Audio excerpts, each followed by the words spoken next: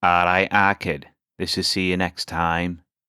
Today, we're looking at Am I a Terrible Aberration?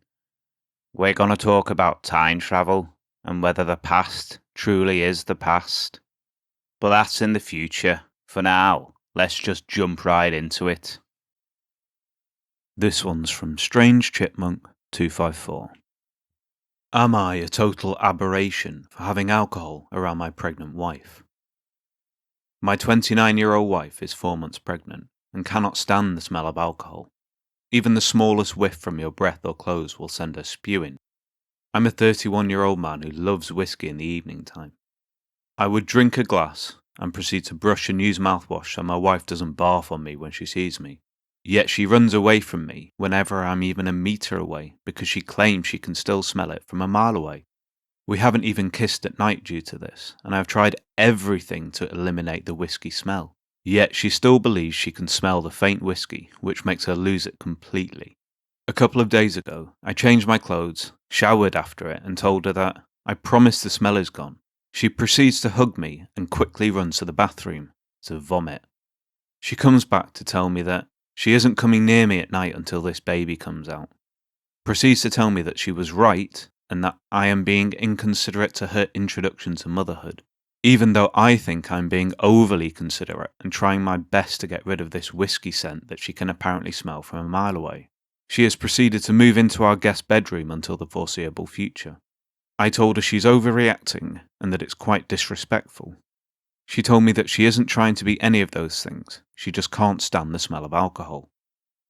Am I a total aberration?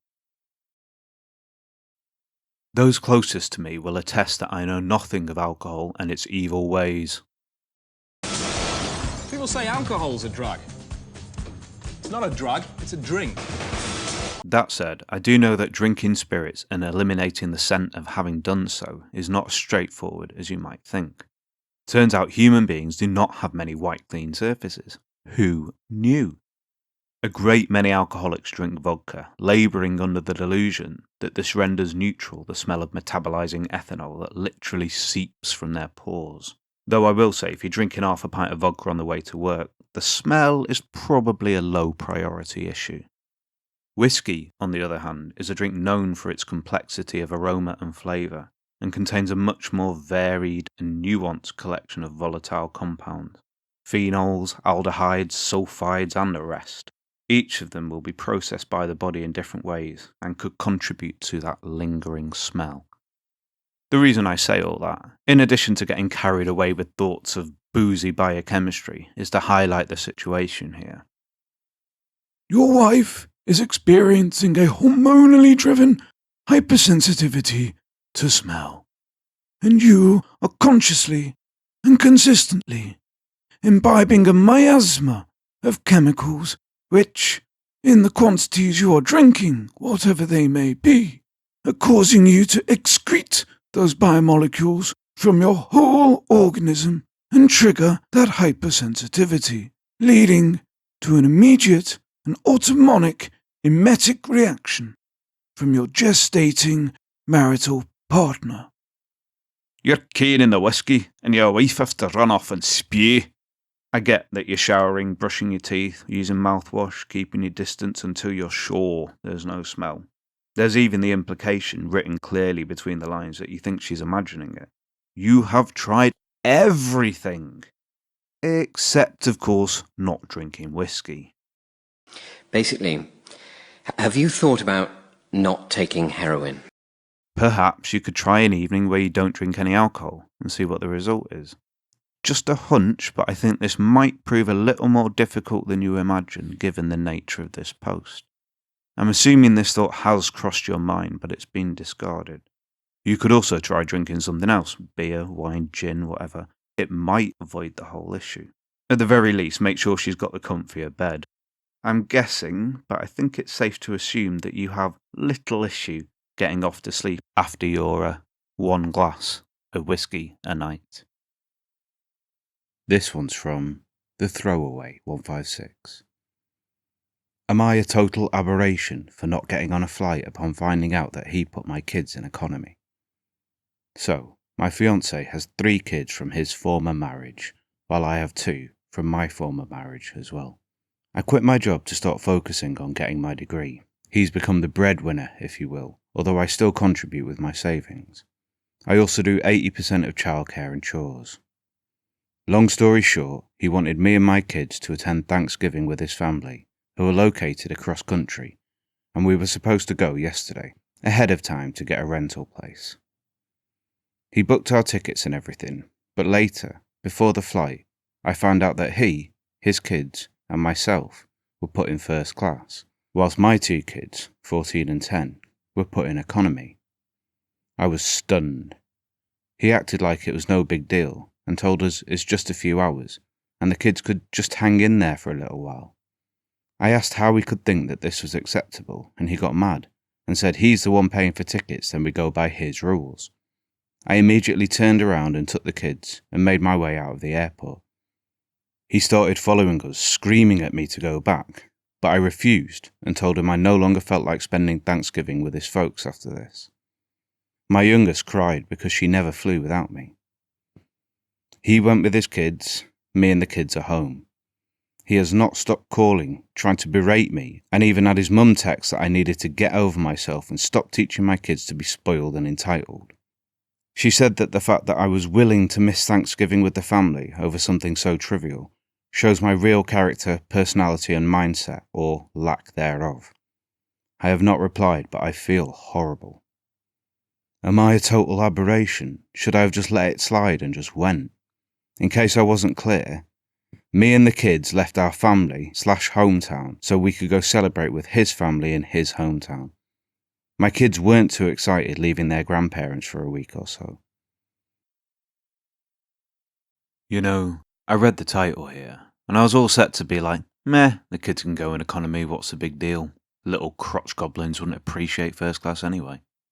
But then I read the post, and yeah, you need to get a handle on this shizzle, it ain't right. The fiance, is an absolute douche canoe. There's no way he considers it's actually reasonable to put just your kids in economy, especially when they're actually pretty young. It seems he's actively trying to treat them like an afterthought, like second-class citizens he'd rather not be involved with. His mother sounds like a delight too, even if her son has massaged the details, which he probably has. She has no business ringing you up to berate you. Though she is right, these events have allowed everyone's true character to shine through. You've absolutely done the right thing by telling him to sod off. Okay, there's an update. Update. I'm currently getting myself and the kids packed so that we can go and stay with my mother. This has happened before in other instances, but I kept thinking to myself, this is not right, but I've invested too much time and effort into this relationship, so maybe this shouldn't get in the way. And I tried to minimise most situations where I find my kids were being put last. Not only that, but he tried to give me an ultimatum regarding getting my degree, and what was my response? This isn't right, but kept making light of it and letting go. Now he's probably bad-mouthing me to the whole family, and so is his mum, bless her effing heart. The kids and I are leaving. He'll be coming back to an empty home, except he'll find some company with the engagement ring that I took off and left on the nightstand. Distance and some re-evaluation is needed now. Thank you to all who reached out with helpful input and perspectives. You're right, my kids come first, and that's what I keep trying to do, and I hope I won't ever fail. Thank you so much for the support. Oh yes, absolutely. Distance and re-evaluation are what's needed here. While there's no real telling what goes on within relationships, I suspect OP will find it very hard to go back, as she continues to piece together how the fiancé has treated her and her kids over the course of their relationship, and then unmasks all the rationalisation she's done without realising it. So, just as OP did 80% of chores and childcare, the fiancé is running at about 80% big fat derriere. This one's from user IntelligentCup4116. Am I a total aberration for agreeing with her ex and not my sister? As a kid, I always looked up to my older sis because she was so cool, pretty, and the popular girl. I always tried to be like her, dress like her, listen to her music, you get the idea. I was popular the first time I stepped through the high school door because I was basically a copy of her. I was overwhelmed by the attention, but quickly found out she was mostly popular with only the guys. She dated many of the guys in our high school, and they thought I would too. I was so embarrassed. I had our mum take me out to buy new clothes and everything. Whatever she did, I went the opposite way. She wore tons of makeup, I wore none. She listened to a certain type of music, I didn't. We went to different colleges. Fast forward to now. Sis must have figured out her lifestyle wasn't healthy, so she stopped dating a bunch of men, deleted all of those apps, and met Sam. He's very good looking with a great personality and an amazing job. He was smart, funny, outgoing, and can own the entire room when he walks in. He grew up in a different city, so his family doesn't live here, but we've met and they're amazing just like him. Sam quickly replaced us as Mum's favourite child and became our dad's best friend. He eventually proposed and everyone was over the moon. I was very happy for Sis. Last week she came to my door looking like a complete wreck. She was crying so hard she couldn't talk. After an hour or so, I calmed her down enough to get the story. Apparently they were at a party and were mingling separately when he overheard some guys talking about her popularity. Sam joined the group and got her dating history. 2 of the guys in that group dated her, and about 4 of the guys at the party did too, one of whom works with him, which is why they were there. He heard about the guys laughing about how all the men in town were depressed when she went away to college, but rejoiced when she came back. When they got home, he asked her, she told him the truth, and he left without saying a word. I helped Sis and she's been staying with me for now. She hasn't told anyone and have been trying to get in touch with Sam and his family, but they're all ignoring her. Everyone on our side is super confused because Sam just disappeared. Our cousin, my best friend, pinned me down the other day to ask what happened. I told her and she was appalled. She called him all sorts of names and insecure. I said I could understand from his view, as we live in a small town and it's hard to know many men and your co-workers know your future wife. Then my cousin and I got into it. She said I should be supporting my sis no matter what. I argued that I am supporting her, but supporting doesn't mean I have to agree with her. Now I might lose my best friend. Edit. We're all in our 30s, graduated college, and living on our own. This has the potential to get into some contentious waters, I think. However, I've not really got any comment on other people's sex lives. OP's sister has obviously gone out and taken full advantage of being a young, hot woman and indulged in the attention that can bring. Fair play to her, go for your life. Obviously, that's up to the individual and what she wants to do. That said, it's also down to the individual to determine where their boundaries are in a relationship, and if there are any red lines in current or past behaviours. Sam and the sister have been together long enough to get engaged, and for him to become a member of the family. Then, all of a sudden, he goes to one single party and he runs into half a dozen guys who have spent time inside his fiance. And here's how the town used to cheer when her nether regions came back after the semester ended. This sort of revelation can really pull the rug on someone and shake up their worldview completely. I get that your cousin wants to blindly defend your sister because the past is the past, and I get that you can see Sam's point of view because past actions can have consequences, and here they've resulted in his boundaries being crossed and a loss of trust. From my position way over here, I'm of the view that no one is a total aberration here. The sister's done nothing wrong. The cousin is simply defending her. Sam has just stepped away from a relationship he was no longer comfortable in, and OP is doing her best to look after her sister with love and putting aside completely the fact that she's not in total agreement with her, but maintaining her integrity on the matter when pressed. Though I do suspect our OP has a wee little crush on Sam, which is neither here nor there.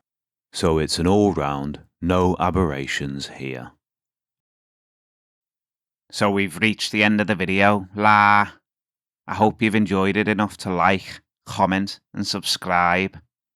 Perhaps you can devise and perform an interpretive dance, revealing the joy in your heart as you watch the leaves change colour and fall to the ground, while you sit inside, eyes glued to this channel and its offering of a brief escape from the relentless and ghoulish mockery of a society in 2022.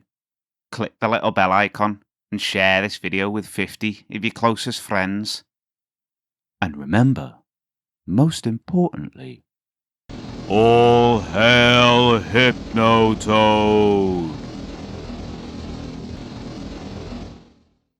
See you next time.